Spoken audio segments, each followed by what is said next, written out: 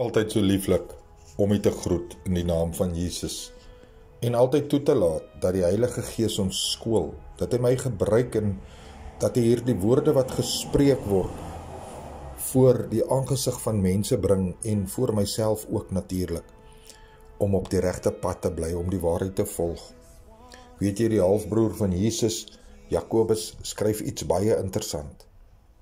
En eerste wil ek sê, ons is so altyd geneig om te dink, ja, as ons nou die sonde en daai sonde doen, dan is ons verdoem en dis verkeerd en so voorts. Maar het jy geweet, om sekere, al doen jy sekere goed reg, byvoorbeeld, jy's lief vir ander mense, jy spandeer tyd in die woord, jy drink nie, jy rook nie, jy praat nie slegte woorde nie, jy vloek nie, jy oordeel nie.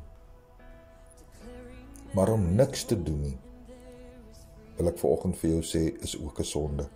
Kom ons kyk wat sê die woord. Net na die gedeelte waar Jakobus dokumenteer in hoofstuk 4, daarvan 13 af, wat hy sê, weet jy, julle kom sê, julle gaan dit en dat môre doen, maar weet jy wat, julle weet nie eers wat die dag van môre inhou nie.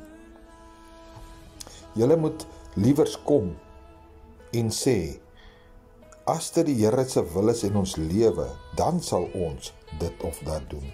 Dan sal ons na die stad of daai stad toe gaan. Dan sal ons daartoe gaan om te werk en wins te maak. Weet jy, hy skryf en hy sê, maar nou roem julle in julle eie grootpratery. Al sulke roem is verkeerd. En dan hier kom die vers wat ek met julle wil deel.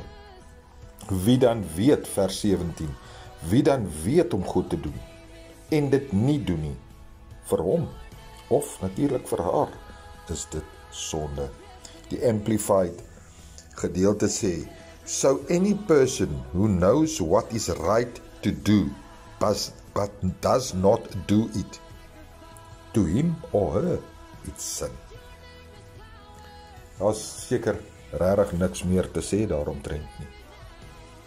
Ek is seker almal van ons wat vanoggend luister weet om goed te doen. Ons het dit al geleer. Jy kan nie omdraai en sê, maar ek het nie geweet ek moet goed doen nie. Goed beteken dit die woord van die Here, om ander lief te kry, om nie ander te oordeel nie, om nie ander mense af te kyk op ander mense nie, om nie lelik te praat nie, om nie te steel nie, om nie dood te maak nie, om nie egbreek te pleeg nie, ensovoorts. Die lys gaan net aan en aan, kwaadpratery en al die dinge. Ek laat hierdie woord volgend by jou. Pastoor Gary, brood en water, 5 minute woord bediening. Mag die Here u seën, en ek sê weer, onthou altyd, Jesus is baie lief vir jou. Amen.